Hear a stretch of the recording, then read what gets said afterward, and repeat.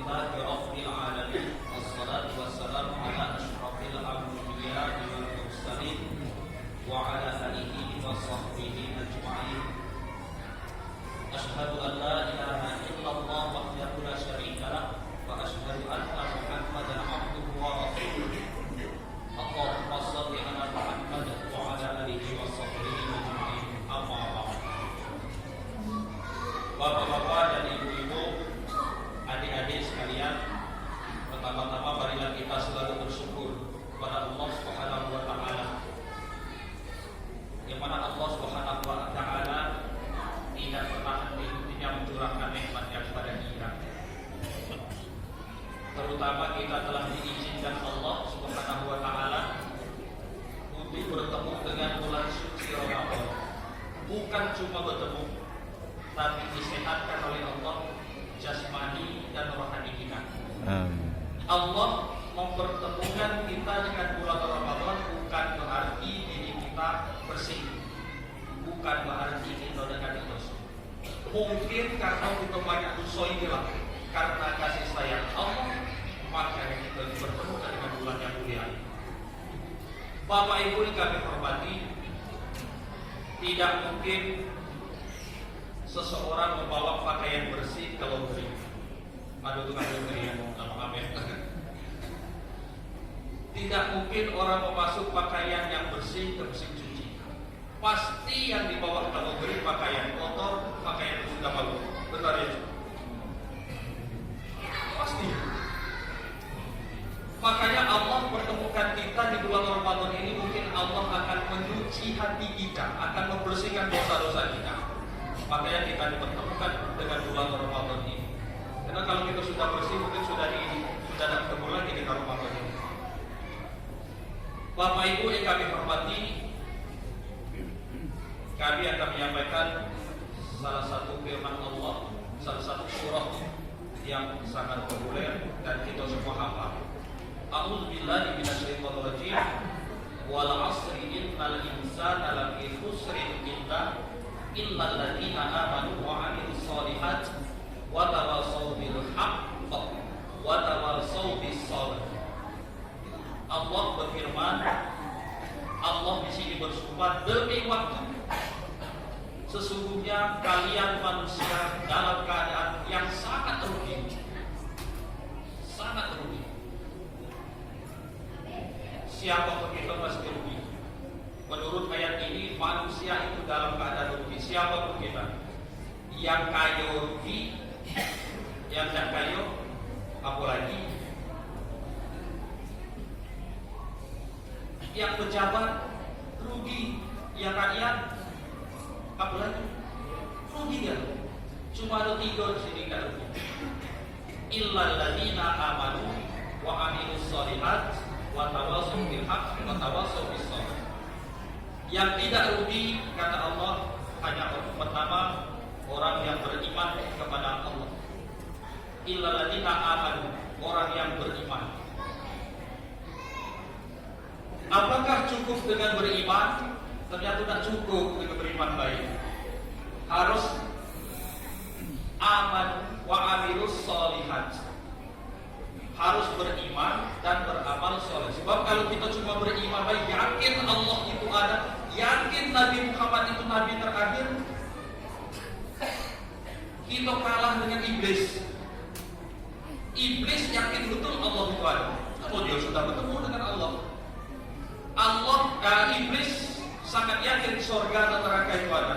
Karena memang iblis sudah pernah tinggal dalam surga, kita belum pernah. Kita cuma yakin baik Allah itu sudah menciptakan surga, neraka itu ada. Cuma yakin, kita belum pernah melihat surga dan neraka. Iblis sudah pernah.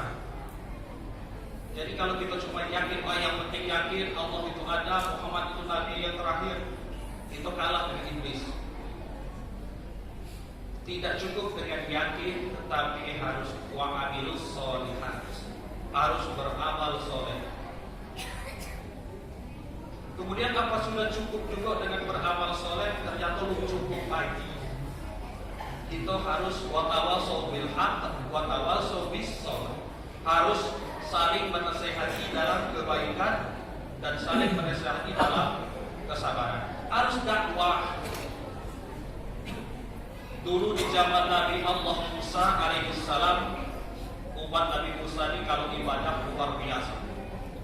Ada seorang umat Nabi Musa yang beribadah sampai 300 tahun tak berhenti-berhenti.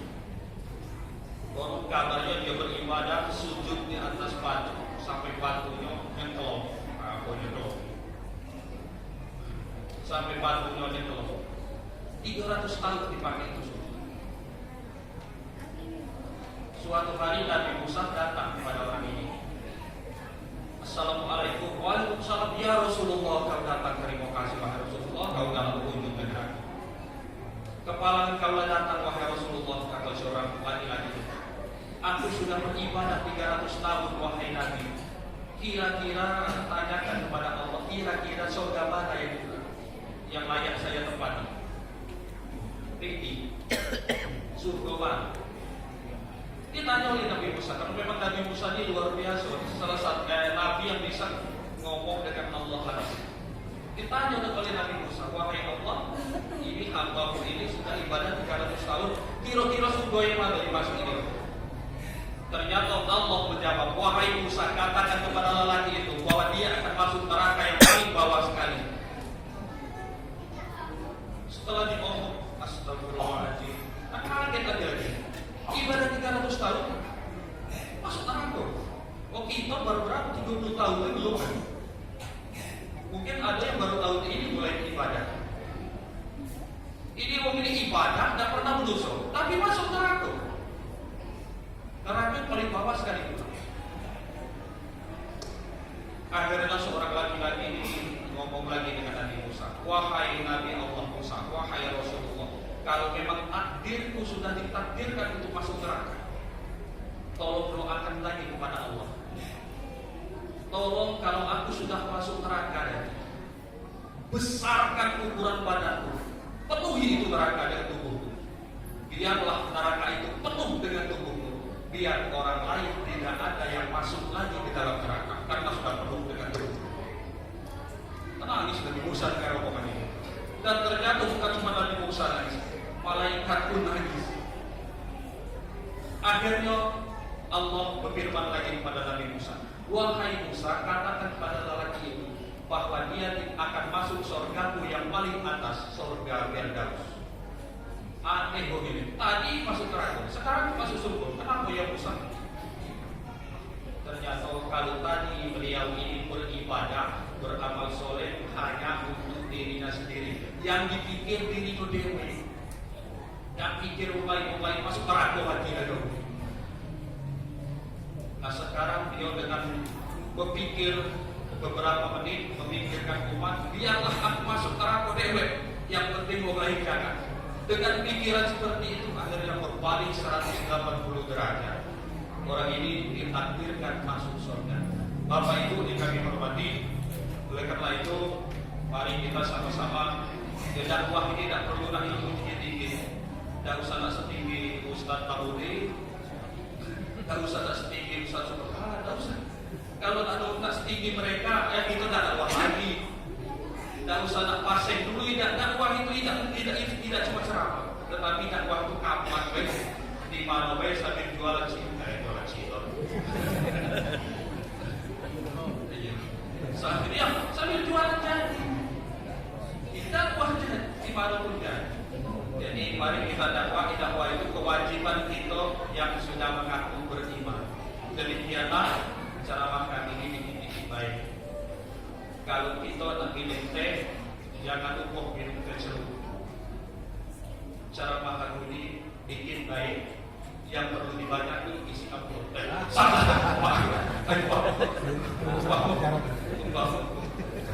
Demikianlah itu sekedar nilai ngantuk.